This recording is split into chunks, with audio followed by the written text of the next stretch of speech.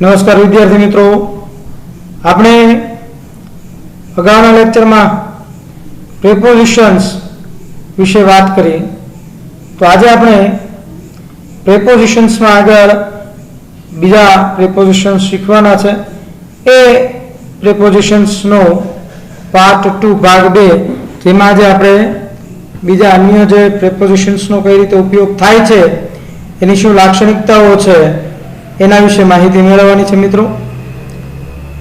आशा છે કે આપ દરેકે અગાઉના લેક્ચરમાં જે કંઈ પ્રેપોઝિશન્સ અને તમને માહિતી આપી એનું વ્યવસ્થિત પુનરાવર્તન કરી લીધું હશે, સમજાઈ ગયું હશે। અને જો કોઈની ડિફિકલ્ટી હોય, તકલીફ હોય તો આપ નીચે કોમેન્ટ બોક્સમાં મને પ્રશ્ન પૂછી શકો છો। તો આજે આપણે વધુ સમય ન લેતા પ્રેપોઝિશન્સ પાર્ટ 2 ની વાત આગળ વધારીએ અને અન્ય પ્રેપોઝિશન્સ શીખીએ। સ્લાઇડ દ્વારા આપને આજનો લેક્ચર છે એ આપવાની એટલા માટે પ્રયત્ન કર્યો છે કે આપ વ્યવસ્થિત નોંધ પણ કરી શકો અને વધુ આ વાક્યો છે એ આપની નજર સમક્ષ જેટલા નજીક હશે એટલો વધુ કોન્સેપ્ટ ક્લિયર થઈ શકશે। તો આજનો આપણે પ્રથમ જે પ્રેપોઝિશન છે એ છે બાય, જેનો ગુજરાતી અર્થ આપણે કરીએ છીએ દ્વારા। પેસિવ વોઇસમાં બાયનો ઉપયોગ થાય છે એ આપ સૌ જાણો છો। ની મુજબ, ના દ્વારા, ત્યાં સુધીમાં એવા સમયના સંદર્ભમાં આપણે બાયનો ઉપયોગ કરીએ છીએ।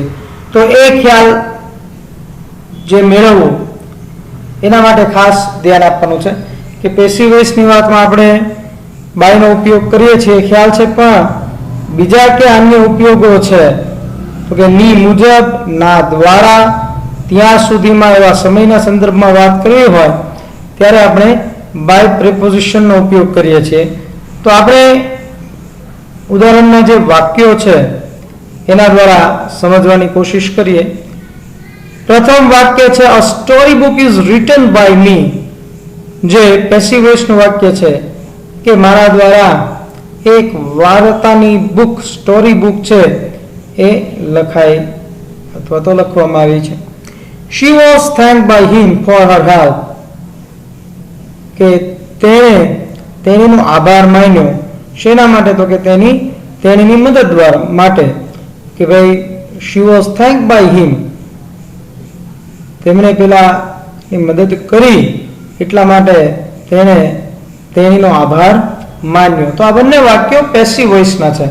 તો પેસિવ વોઇસમાં આપણે કર્તાની જે કર્મ વિભક્તિ છે, જેમ કે બાય હિમ, બાય મી, તો કર્તાની કર્મ વિભક્તિની પહેલા બાય મૂકીએ છીએ અથવા તો ક્રિયાપદના કૃદંતના રૂપ પછી બાય મૂકીએ છીએ। ત્યારબાદ મિત્રો આગળના વાક્યમાં ત્રીજું વાક્ય જો, what is the time by your watch, તમારી ઘડિયાળની મુજબ, એટલે કે અહીંયા જો ની મુજબ, what is the time by your watch, તમારી જે ઘડિયાળ છે એના સંદર્ભમાં એને પૂછ્યું છે કે તમારી ઘડિયાળમાં કેટલા વાગ્યા છે। તો જવાબ આપે છે કે it is 5 by my watch, કે મારી ઘડિયાળમાં 5 વાગ્યા છે। તો તમારી ઘડિયાળ મુજબ, ની મુજબની વાત કરીએ, એના સંદર્ભમાં વાત કરીએ તો પણ આપણે બાયનો ઉપયોગ કરવાનો હોય છે। તો ખ્યાલ આવી ગયો છે મિત્રો। આગળના વાક્ય જોઈએ। ના દ્વારા, વી વેન્ટ બાય બસ, અમે બસ દ્વારા મુસાફરી કરી અથવા તો બસ દ્વારા ગયા। ત્યારબાદ સમયના સંદર્ભની વાત છે કે he will get back by 10 AM, કે તે સવારના 10 વાગ્યા સુધીમાં પરત આવી જશે, પરત ફરશે। તો અહીં સમયના સંદર્ભની વાત છે। ત્યારબાદ બંને વાક્ય she should be here by evening, કે તે કદાચ આજ સાંજ સુધીમાં અહીં પહોંચશે અથવા તેના પહોંચવાનો સમય છે તો એ સમય દરમિયાન પહોંચી જશે, પહોંચી જવું જોઈએ। તો એવી વાત કરી છે તો સમયના સંદર્ભમાં એ સાંજ સુધીમાં। ત્યારબાદ છેલ્લું વાક્ય છે we shall finish our work by sunset, સૂર્યાસ્ત સુધીમાં અમે અમારું કાર્ય પૂર્ણ કરીશું. તો આમ બાયનો ઉપયોગ છે પેસિવ વોઇસ ની મુજબ ના સંદર્ભમાં ના દ્વારા ત્યાં સુધીમાં એવા સમયના સંદર્ભમાં થાય છે. મિત્રો આશા છે ખ્યાલ આવી ગયો હશે.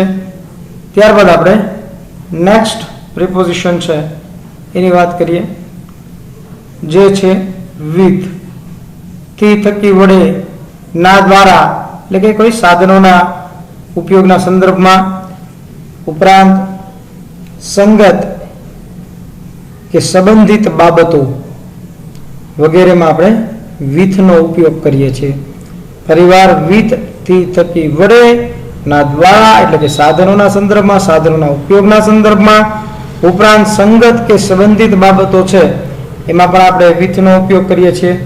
અને કઈ રીતે વિથનો ઉપયોગ થાય છે એની આપણે ઉદાહરણો દ્વારા સમજ મેળવીએ. મિત્રો પ્રથમ વાક્ય છે he was beaten with a cane. નેત્રની સોટી વડે તેને માર મરાયો. I always write with a pilot pen. કે હું મારી પાયલટ પેનથી જ લખું છું. Ram killed a snake with a stick. લાકડી વડે રામે સાપને મારી નાખ્યો. તો અહીં કેન, નેત્રની સોટી, પાયલટ પેન, સ્ટીક આ સાધનોના ઉપયોગના સંદર્ભમાં વાત કરી છે. આપણે કહીએ કે ભાઈ હું હંમેશા મારી ફેવરિટ પેનથી જ લખું છું, તો ત્યાં આપણે વિથનો ઉપયોગ કરી શકીએ. I always write with my favourite pen. પછી જે કોઈ આપણી પેન હોય એની વિશે વાત કરતા હોઈએ તો આમ અહીં વિથ સાધનના સંદર્ભમાં આપણે લઈએ છીએ થી થકી વડેમાં. ત્યારબાદ he is playing with a cat. સંગત કે સંબંધિત બાબતોમાં કે તે બિલાડી સાથે રમી રહ્યો છે. તે બિલાડી સાથે રમી રહ્યો છે એની સાથે. હી વર્ક્સ વિથ મી. તે મારી સાથે કાર્ય કરે છે, કામ કરે છે. ત્યારબાદ જોઈએ I cut an apple with the knife. કે છરી વડે, ચપ્પુ વડે છે મેં સફરજન કાપ્યું. તો અહીં સાધનનો સંદર્ભ થી થકી વડે સંગત કે સંબંધિત બાબતોમાં વિથનો કઈ રીતે ઉપયોગ થાય છે એની માહિતી આપણે મેળવીએ છીએ. ત્યારબાદ she went to Mumbai with her mother. કે તેણીની માતા સાથે મુંબઈ ગઈ. તો ની સાથે સંગત કે સંબંધિત બાબતોની વાત છે. ખ્યાલ આવી ગયો છે મિત્રો. ફરીવાર he was beaten with a cane. I always write with a pilot pen. Ram killed a snake with a stick. તો અહીં સાધનના સંદર્ભમાંથી થકી વડે દ્વારા છે. ત્યારબાદ he is playing with a cat. He works with me એની સાથે સંગત સંબંધ. I cut an apple with the knife એ સાધનના ઉપયોગ સંદર્ભે. She went to Mumbai with her mother એ આપણે સંગત કે સંદર્ભની બાબત લીધી. તો ખ્યાલ આવી ગયો હશે મિત્રો વિથનો ઉપયોગ કઈ રીતે કરવો. દરેક વાક્ય નોંધી લેવા, ક્યારે કેમ ઉપયોગ થાય છે એની પણ નોંધ કરી લેવી, કેમ કે આ બધી બાબતો છે એ ખૂબ જ ઉપયોગી છે. દરેક ધોરણ 9 થી 12 માટે ખાસ ઉપયોગી છે. એવું નથી કે ભાઈ ધોરણ 9 કે 10ના અભ્યાસક્રમની બાબત છે. 11, 12માં દરેક વિદ્યાર્થીઓને સ્પષ્ટ રીતે, તો હું ખાસ કહું છું કે સ્પષ્ટ રીતે દરેક ખ્યાલ હોય. ઘણીવાર ભૂલ થવાની સંભાવના હોય છે, જોઈએ છીએ. તો ખાસ તો કે આ બધી બાબતો જે છે માહિતી સ્પષ્ટ રીતે આપણા મનમાં હોવી જોઈએ. મિત્રો ઘણીવાર લખવામાં, લેખન કાર્યમાં જે આપણે સવાલ જવાબ, નિબંધ, રિપોર્ટ, રાઇટિંગ સેક્શન છે એમાં ઘણીવાર હાઉ ટુ એક્સપ્રેસ આપણે કઈ રીતે અભિવ્યક્ત કરીએ આપણા વિચારો બાબતોને એમાં ભૂલ કરી બેસતા હોઈએ છીએ. તો આવા જે અમુક શબ્દો છે એનો ખ્યાલ ત્યારે ન હોય ત્યારે તકલીફ પડતી હોય છે. તો એ ખાસ યાદ રાખવું મિત્રો. તો ચાલો હવે આપણે નેક્સ્ટ પ્રેપોઝિશન વિશે શીખીએ. નેક્સ્ટ પ્રેપોઝિશન આપણું છે એ છે ઓફ. ઓ એફ ઓફ અને ઓ ડબલ એફ ઓફ એ બંને વચ્ચે ડિફરન્સ છે. આપણે બંને અત્યારે શીખવાના જ છીએ એટલે તમને ખ્યાલ આવી જશે કે બંને વચ્ચે શું તફાવત છે. અહીં ઓફ ઓ એફ ઓફ, નો, ની, નું, ના એવો સંબંધ વ્યક્ત કરે છે. છઠ્ઠી વિભક્તિ જે આપણે વાત કરીએ છીએ. ઉપરાંત કારણ અને ગુણ દર્શાવવા માટે, ખાસ કારણ મૃત્યુના કારણની વાત છે અને ગુણ આ માટે આપણે ઓફનો ઉપયોગ કરતા હોઈએ છીએ. તો કઈ રીતે ઉપયોગ થાય છે એની માહિતી મેળવીએ કે કઈ રીતે ઉપયોગ થશે. તો ઉદાહરણ જોઈએ. પ્રથમ વાક્ય, he is a student of this school. તે આ શાળાનો વિદ્યાર્થી છે. He comes of a well known family. એ પ્રખ્યાત ફેમિલી એટલે કે પ્રખ્યાત કુટુંબમાંથી આવે છે. ત્યારબાદ બંને વાક્ય છે કારણ, Ram died of cancer. Ram કેન્સરના કારણે, કેન્સર જેવી બીમારીના કારણે મૃત્યુ પામ્યો છે. ખાસ કરીને બીમારીથી મૃત્યુ પામ્યો હોય એના માટે આપણે ઓફનો ઉપયોગ કરતા હોઈએ છીએ. Her father died of malaria last month. તેના પિતાજી ગયા મહિને મેલેરિયાની બીમારીના કારણે મૃત્યુ પામ્યા. તો અહીં કારણ, મૃત્યુનું કારણ દર્શાવે છે એના માટે ઓફનો ઉપયોગ કર્યો છે. ત્યારબાદ ગુણ, our principal is a man of principle. જો પ્રિન્સિપાલ અને પ્રિન્સિપાલ જે મુખ્ય શિક્ષક છે, જે આપણે પ્રિન્સિપાલ અને પ્રિન્સિપલ બોલવામાં ઘણી વાર ભૂલ કરતા. પ્રિન્સિપલ એટલે સિદ્ધાંત થાય. Our principal is a man of principle, કે અમારા પ્રિન્સિપાલ છે ને સિદ્ધાંતવાદી છે. તો અહીં એનો ગુણ દર્શાવ્યો છે. Ram is guilty of stealing, કે રામે ચોરી કરીને એને ભૂલ સમજાય છે, એનાથી એ પીડાય છે, પસ્તાવો થાય છે. તો આમ અહીં ગુણ. તો ખ્યાલ આવી ગયો છે મિત્રો. પ્રથમ વાક્યમાં આપણે જોયું કે હી is a student of the school, ત્યાં શાળાનો વિદ્યાર્થી છે. He comes of a well-known family. Ram died of cancer. Her father died of malaria last month. Our principal is a man of principle. Ram is guilty of stealing. આ વાક્યો છે એ of, ઓફના વાક્યો છે. ત્યારબાદ આપણે OFF પણ જોઈશું. તો બંને વચ્ચેનો જે કાંઈ તફાવત છે તમને ખ્યાલ આવી જશે. તો આપણે આગળના પ્રિપોઝિશન તરફ વધીએ મિત્રો. ખાસ ફરીવાર યાદ કરીએ તો દરેક પ્રિપોઝિશનની સાથે સાથે હોય તો પોઝ કરીને પણ નોંધ કરી લેવી. અને અહીંયા 5 વાક્ય આપ્યા હોય તો તમે બીજા 10 વાક્ય લખો જાતે, એવી પ્રેક્ટિસ કરવાની ટેવ પાડો મિત્રો. હવે આપણે પ્રિપોઝિશન નંબર 10, OFF ઓફ. બંધ કરવું, સંપર્ક તૂટવું, નાથી દૂર જવું એટલે કે અવે ની બદલે પણ આપણે OFF ઓફ નો ઉપયોગ કરતા હોઈએ છીએ. ફરીવાર યાદ રાખજો કે બંધ કરવું એટલે કે સંપર્ક તૂટવો. આપણે પંખો બંધ કરીએ કે લાઇટ બંધ કરીએ છીએ, એમ કે switch off the fan, switch off the light. તો અહીં જે વિદ્યુત પરિપથ છે ફેન અથવા તો લાઇટનો, એનો સંપર્ક તોડવો અને બંધ કરવું, એના સંદર્ભમાં વાત કરતા હોઈએ છીએ. કોઈ એક વ્યક્તિ તો કે ભાઈ તે ત્યાંથી ઊભા થઈને જતા રહ્યા, તો એ સાથેનો ટેબલ છોડીને જતા, હી ગેટ ઓફ ધ ચેર. તો કે ત્યાં આપણે શું વાત કરી કે ભાઈ જે ખુરશીમાં બેઠા હતા ત્યાંથી એનું સ્થાન છે ત્યાંથી સંપર્ક છોડીને ગયા. તો કે he got off the chair. પ્રથમ વાક્ય જોવો, the dog jumped off the chair.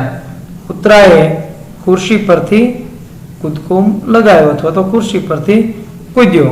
તો ખુરશી સાથેનો જેનો ચેર સાથેનો સંપર્ક હતો એ તૂટી ગયો. સ્વિચ ઓફ ધ લાઇટ, બંધ કરવું, કે ભાઈ લાઇટ બંધ કરો. He fell off the horse, ઘોડા પરથી પડ્યો.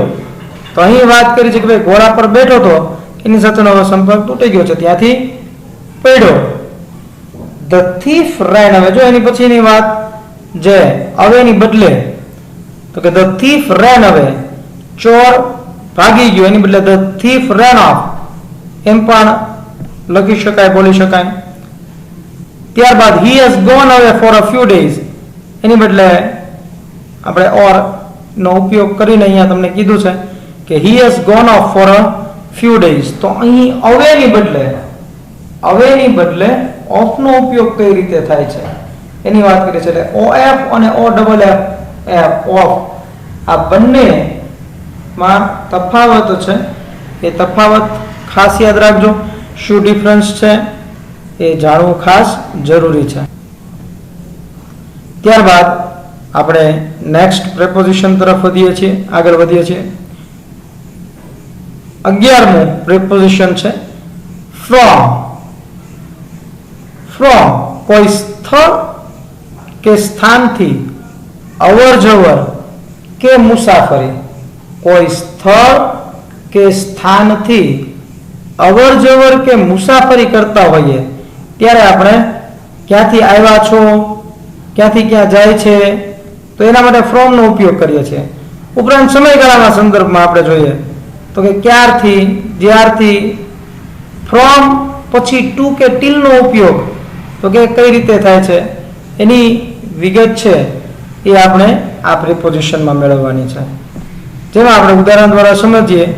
પ્રથમ વાક્ય જો Ram walk from the hotel to the station. તો અહીં સ્થાન રામ છે એ હોટેલથી સ્ટેશન સુધી ચાલીને ગયો તો એની વાત કરી છે. કોઈ સ્થળ કે સ્થાનથી અવર જવર કે મુસાફરી સ્થાનાંતરણ જે થયું એ રામ હોટલથી સ્ટેશન સુધી ગયો. તો આપણે ફ્રોમ ક્યાંથી તો કે હોટલથી, ત્યાં આગળ આપણે ફ્રોમ મૂકશું. અને ક્યાં ગયો તો કે ટુ ધ સ્ટેશન. તો ટુ પછી આપણે જે એનું ગંતવ્ય સ્થાન છે એની વાત કરશું. ખાસ એ યાદ રાખજો મિત્રો કે જ્યાં સ્ટાર્ટિંગ પોઈન્ટ છે કે ભાઈ હું ઘરેથી શાળાએ ગયો, ઘરેથી તો કે ફ્રોમ ધ હોમ હાઉસ. અને ક્યાં તો કે ટુ ધ સ્કૂલ. તો કે જ્યાંથી આપણી શરૂઆત છે ત્યાં એની પહેલા આપણે ફ્રોમ મૂકશું. અને ક્યાં પહોંચ્યા આપણું ગંતવ્ય સ્થાન કયું છે તેની આગળ ટુ મૂકશું. પછી બીજું વાક્ય જુઓ. કોઈને આપણે પૂછીએ કે ભાઈ તમે ક્યાંથી આવો છો. Where do you come from. Where do you come from.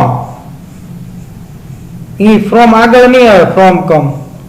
ઘણી વાર આવી ભૂલ થતી હોય છે. આવી બાબતો નોંધેલી છે એટલે ખાસ કહું છું. લગભગ મોટા ભાગે આપણને સમજાઈ ગયું હોય એ વસ્તુમાં લગભગ ભૂલ ન થતી હોય, પણ ક્યારેક આવી ભૂલ કરી બેસતા હોઈએ છીએ. તો અહીં એ વાત ખાસ યાદ રાખજો કે where do you come from, તમે ક્યાંથી આવો છો. ત્યારબાદ વાક્ય જોઈએ આગળ. The thieves escape from the prison in darkness. darkness અંધારું, અંધારાનો લાભ લઈને thieves એટલે કે ચોર છે એ પ્રિઝન કેદ જે છે કોટડી એમાંથી ભાગી ગયા, નાસી ગયા. તો અહીં સ્થાન પ્રિઝન, કેદ, જેલ એની વાત કરી છે કે ચોર છે એ જેલથી ભાગી ગયા. I shall start the job from Monday.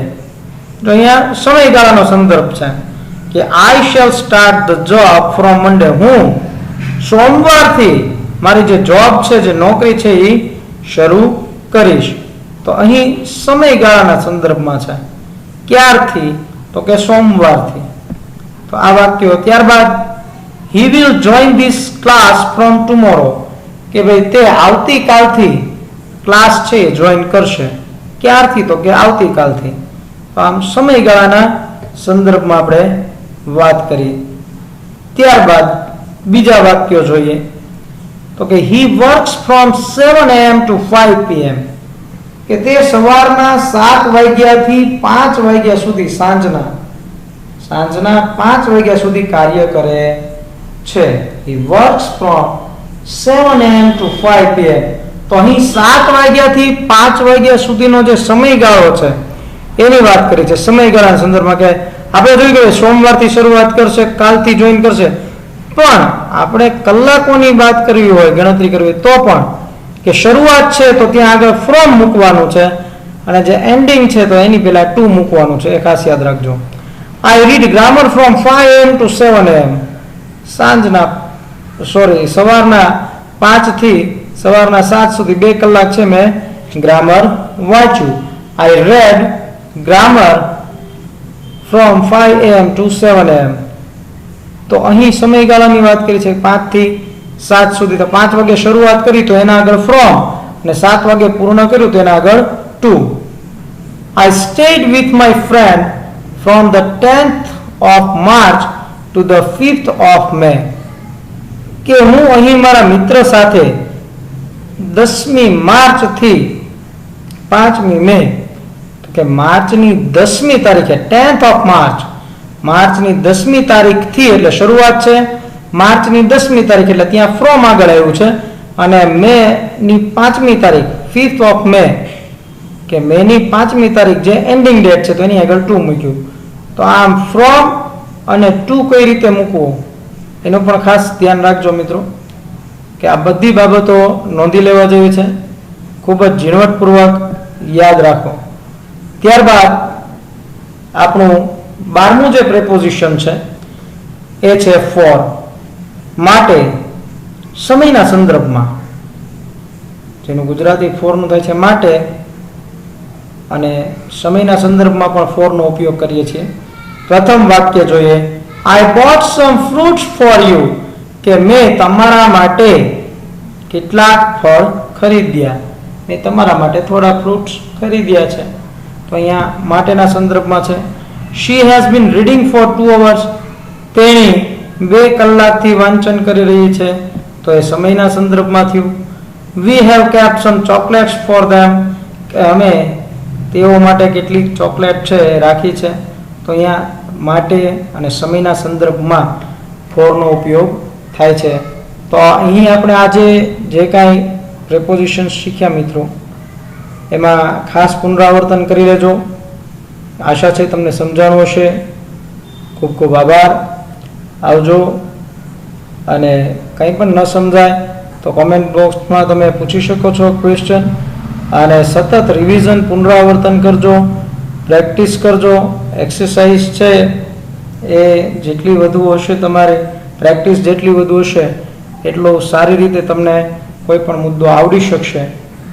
તો ખાસ એ ખ્યાલ રાખજો મિત્રો. ખૂબ ખૂબ આભાર. આવજો. આજનો લેક્ચર આપણે અહીં પૂર્ણ કરીએ છીએ.